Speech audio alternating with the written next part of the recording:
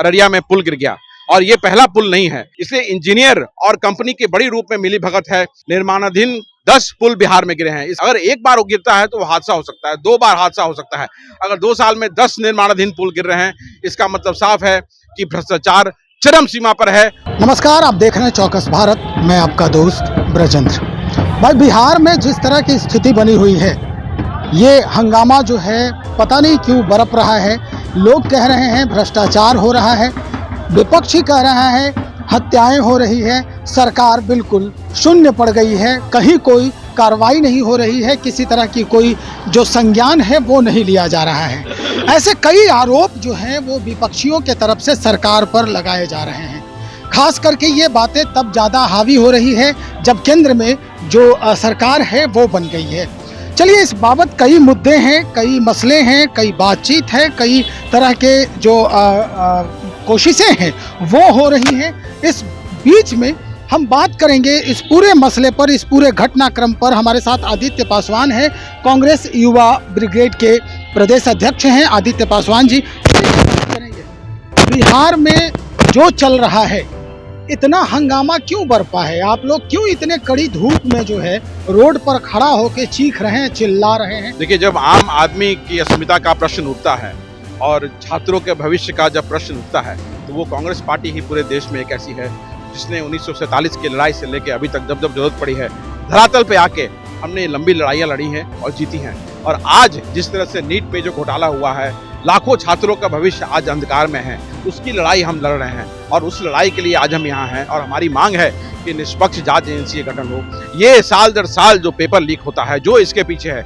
चाहे वो कोई भी हो, उसे उसकी सजा मिलनी चाहिए। और ये इस भ्रष्टाचार में सिर्फ ऐसा नहीं है कि स्कैमस्टर लोग, मैं आपके माध्यम से पूरे लोगों को बोलना चाहूँगा और अवेयरनेस फैलाना चाहूँगा कि सिर्फ स्कैमस्टर जो हैं वो इसमें इन्वॉल्व नहीं है। इसमें गार्डियन जो हैं, जो स्टूडेंट्स के गार्डियन हैं, जिन स्टूडेंट ने पैसा दिया है 32 लाख या 40 लाख रुपए, वो भी इक्वली इन्वॉल्व हैं। इसलिए इन्वॉल्व है कि आप मुझे बताएं कि किस छात्र के पास आज लाख रुपया या 2 लाख रुपया, 5 लाख रुपया या 32 लाख रुपया होगा। तो इसका क्लियर कट इंडिकेशन है कि छात्र के साथ वो गार्डियन भी इन्वॉल्व है। तो जांच जब हो तो जांच में गार्डियन को भी उसमें इन्वॉल्व करना चाहिए और सभी को सजा मिलनी चाहिए और एक एग्जाम्पल सेट करना चाहिए ताकि आगे ऐसा वाकयात दोबारा नहीं हो। ये बात आप कह रहे हैं, ठीक है, जांच तो चल ही रही है, जो दोषी हैं, जो आरोपित हैं, वो पकड़े भी जा रहे हैं, खुलासे भी हो रहे हैं, कबूलनामा भी सामने आया है। लेकिन और जो बातें हैं, आप कह रहे हैं कि पूरे राज्य में जो है वो लॉ एंड ऑर्डर भी गड़बड़ चल रहा है, तो ये कैसे आप कह सकते हैं? बिल्कुल बिल्कुल, आप देखिए, अब उसके बाद में चलते हैं। अभी देखिए, हमने अररिया में पुल गिर गया और ये पहला पुल नहीं है, इसके पिछले 2 वर्षों में निर्माणाधीन 10 पुल बिहार में गिरे हैं। इसका मतलब क्लियर कट है कि गलत तरीके से निविदाएं दी गई, उसका जो ऑब्जर्वेशन होता है वो गलत तरीके से, इसलिए इंजीनियर और कंपनी के बड़ी रूप में मिली भगत है, इसलिए वो पुल गिर रहे हैं बार बार। अगर एक बार वो गिरता है तो वो हादसा हो सकता है, 2 बार हादसा हो सकता है। अगर 2 साल में 10 निर्माणाधीन पुल गिर रहे हैं, इसका मतलब साफ है कि भ्रष्टाचार चरम सीमा पर है और पूरा सिस्टम भ्रष्टाचार में लिप्त है। तो जब तक अनटिल अनलेस बदलाव नहीं होगा, इस सिस्टम से को बदला नहीं जाएगा, चेंज नहीं होगा। क्योंकि पिछले 18 साढ़े 18 वर्षों में नीतीश कुमार जी लगातार अपनी पीठ को थपथपाते रहे हैं, लेकिन भ्रष्टाचार बिहार में चरम सीमा पर रहा है, अफसरशाही बिहार में चरम सीमा पर रहा है। तो इस पे लगाम होना चाहिए। आज देखिए, पिछले 10-15 वर्षों में दलितों की हत्या लगातार पूरे बिहार में हो रही है। आप शाहबाद क्षेत्र में देखेंगे, तुरंत 2 दिन पहले वहां 2 हत्याएं हुई हैं। आप लालगंज में देखेंगे, वहां हत्या हुई। सिवान में अभी गोल्डन कुमार की हत्या हो गई। सारे दलितों की हत्या हो रही है और सरकार मूक बधिर बनी हुई है, इस पे कोई रिएक्शन नहीं आ रहा है। औरंगाबाद में एक पावरफुल व्यक्ति जो वहां के पूर्व सांसद के करीबी थे, उनकी बेटी को अगवा कर लिया गया, बलात्कार किया गया, तेजाब डाल दिया गया, उसकी मृत्यु हो गई। लेकिन प्रशासन साल दर साल, चाहे वो कोई भी कांड हो, लिपापोती करती है और फिर वो कांड वैसा फिर दोबारा होता है। तो बदलाव ही एक ऐसा उपाय है जो नए प्रशासन को, एक मजबूत प्रशासन को लाएगा ताकि ये सब चीज बंद हो सके। क्योंकि भ्रष्टाचार, हत्याओं का दौर बिहार में रुक नहीं रहा है। खासकर दलितों को, पासवानों को टारगेट किया जा रहा है पूरे बिहार में और उनकी हत्या की जा रही है। और तथाकथित जो इनके जो मठाधीश बनते हैं, जो नेता बनते हैं, आज सभी के मुंह पर ताला लगा हुआ है, कोई एक बयान नहीं दे रहा है। आप बताइए, गया में कैसे एक मांझी मुसहर की का हाथ काट दिया गया। क्या हम नक्सलवाद के दौर में हैं? ये नक्सलवाद के समय में होता था, जब हाथ काट दिया जाता था, पेड़ पे लटका दिया जाता था। आज एक गरीब आदमी का दोनों हाथ काट दिया गया, कौन जिम्मेवार इसके लिए है?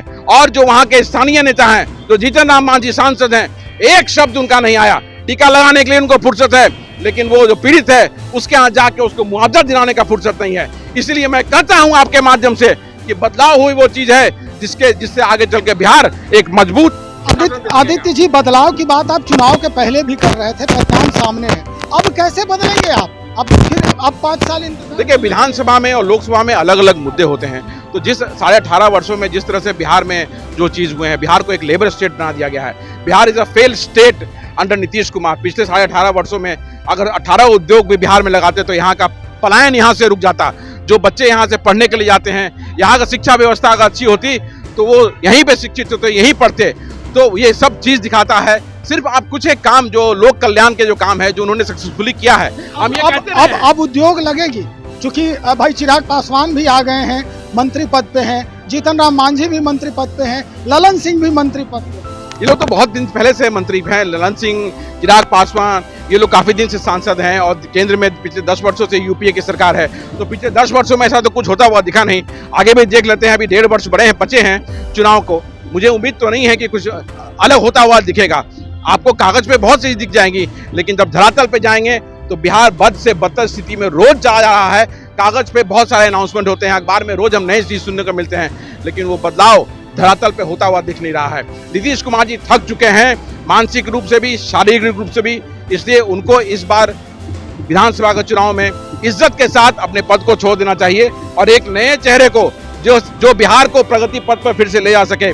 जो हम तथागत बुद्ध की धरती है, जो हमने पूरे देश को, पूरे विश्व को ज्ञान दिया है, उस ज्ञान की धरती को फिर से उज्ज्वलित और प्रफुल्लित करके हम फिर से पूरे देश को, पूरे विश्व को ज्ञान देने का काम करेंगे। आदित्य पासवान जी, आखिरी सवाल, आप भी पासवान टाइटल लगाते हैं, चिराग पासवान भी जो है सांसद भी है, मंत्री बन गए। अगर चिराग पासवान अगले विधानसभा के लिए मुख्यमंत्री के तौर पर प्रोटेस्ट किए जाते हैं, आपको उनको बढ़ाया जाता है, तो क्या आदित्य पासवान का सपोर्ट होगा चिराग?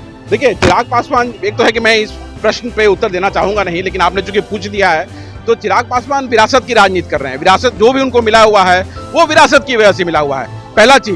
दूसरा, अभी उन्हें 10 वर्षों से सांसद हैं, उन्होंने अपना लोकसभा का जो क्षेत्र है छोड़ करके वो दूसरे लोकसभा में आ गए, क्योंकि उन्होंने जमुई में काम नहीं किया। हमने वो उसका उद्भेदन भी किया था कि उन्होंने हर वर्ष करीब 2 करोड़ 2.5 करोड़ रुपए ही मात्र हर वर्ष खर्च किए हैं, जबकि 5 करोड़ रुपए मिलता है।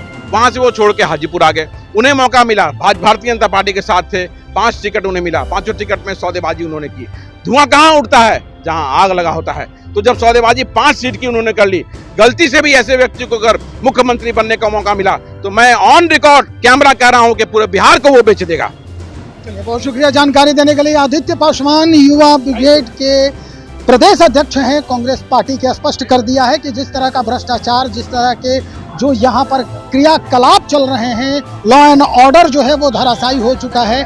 और अगर अगले विधानसभा चुनाव में यानी 2025 में अगर ऐसे व्यक्ति को मुख्यमंत्री के तौर पर आगे किया जाता है तो वो, अभी तो 5 सीट बेचे हैं चिराग पासवान, आने वाले समय में पूरे बिहार को भी बेच सकते हैं। भाई, इस तरह की बात सामने आ रही है। तो चलिए देखते हैं क्या कुछ बदलाव होता है इस प्रोटेस्ट के बाद। क्या इस नीट जो स्कैम है, पेपर स्कैम है, इसमें कुछ परिवर्तन होते हैं, लोग और पकड़े जाते हैं, और भी गुत्थी जो है उलझी हुई वो सुलझ सकती है। हम इंतजार करेंगे। बने रहिए हमारे साथ। बहुत शुक्रिया।